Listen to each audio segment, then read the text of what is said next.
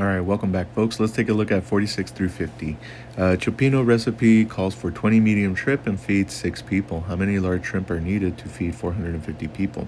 Then they tell us a conversion factor between medium and large shrimp. Okay, so firstly, I would do this problem with medium shrimp in mind and then apply the conversion factor. So they tell us that we get 20 shrimp for 6 people and we need to feed 450. We cross multiply, that's 1500 medium shrimp.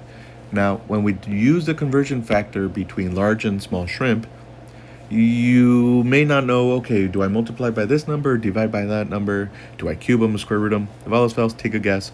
Let's just do a straight proportion, large to medium, no powers. In this case, if you're thinking about it, well, if I'm going to get bigger shrimp, I need less shrimp to feed the same amount of people. So go ahead and do the multiplication that results in the smaller number. In this case, multiply by 32 and divide by 43, and you get your 1,117 shrimp. All right, 47. What is the x-intercept of the best fit line with these points? So we may be wondering, well, how do we tackle this? There's no feature for x-intercept on the calculator. Well, the good thing is the x-intercept occurs at a y value equal to 0. So what I would do is enter the values normally, type in 0, then the linear regression button, and have it forecast for the x value that results in a y value. You have it forecast a y value so that you know what I mean. You have it get the x value for the x-intercept when y equals 0. Okay, so you have it forecast x. Okay, what is the percent error in using 3.0000 as a solution to this expression? So the nice thing about the Inspire is that it actually lets you put in the log with different bases right away. If you're using the prime, you have to type in capital L, capital O, capital G. Then you put in the thing you want to take the log of, then the comma for the base.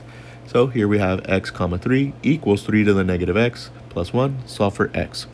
When we do the percent error calculation, that's going to be, your calculator is going to spit out that long, lengthy value, and we're going to subtract a number with 4 decimal places. When we subtract, we keep the precision to the less precise number. In this case, the first number is considered exact, so it would have infinitely many decimal places. So we keep an answer to 4 decimal places, 0.1101. Then from there, when we divide by the exact value, and your calculator will do this calculation, right?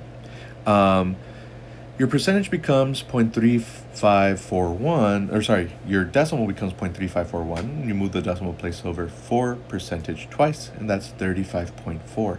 Now, because we kept precision to the 4th decimal place, when we divide, that's going to be 4 significant digits now if we look at this number. Then from there, we keep an answer of 4 significant figures there. Okay, 49. They want us to find out the side of the cube, and they give us the total surface area. That total surface area is going to be 5 times the side squared for those areas, plus the 4 lateral surface areas for the pyramid, which are the 4 areas of the pyramid, the triangles, which is going to be base times slant height divided by 2. The challenge is that we have to write everything in terms of the side of the cube so that we can throw it into our solver. In this case, the side length is s, and we need to remember that a diagonal is going to be square root of 2 times s. Now, when we work with the 56 degrees, that is an angle from the base of the square to the vertex. So we're going to want to cut that diagonal in half. So that's s square root of 2 over 2. Then we work with that right triangle to find the height of our pyramid. In this case, tangent of the 56, sadly I wrote 57. Let me fix that real quick. That's going to be the opposite over the adjacent, h over s square root of 2 over 2. Solving for h, we get h equals square root of 2 over 2 times s times tangent of 56. Now what do we do with that? Well, now that we have the height of the pyramid, we can go ahead and get the slant height from there using Pythagorean theorem. So we have our height, and then we're going to cut the square in half. So we're working with a triangle using that height and then coming out this way to that edge and then coming up the slant height right there. Okay, doesn't look very good. Let's see here if I can I deleted it. Let's see if we can bring it back just so that we can see.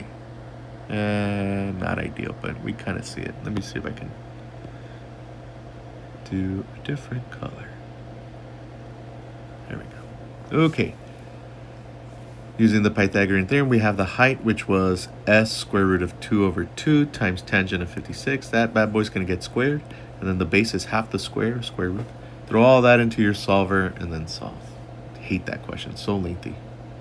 Okay, 50. 50 is another lengthy one.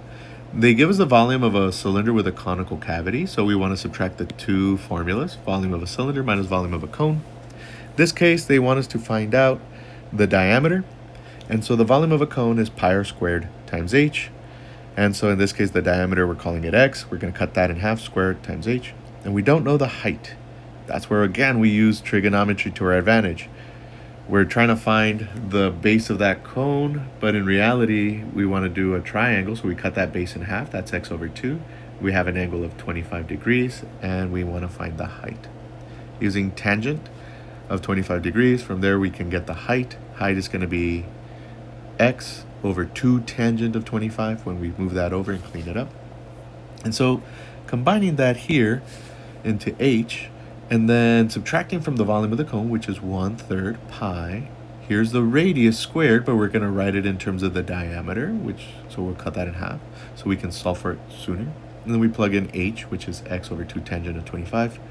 Set that all equal to 186, and then from there we can solve for our x.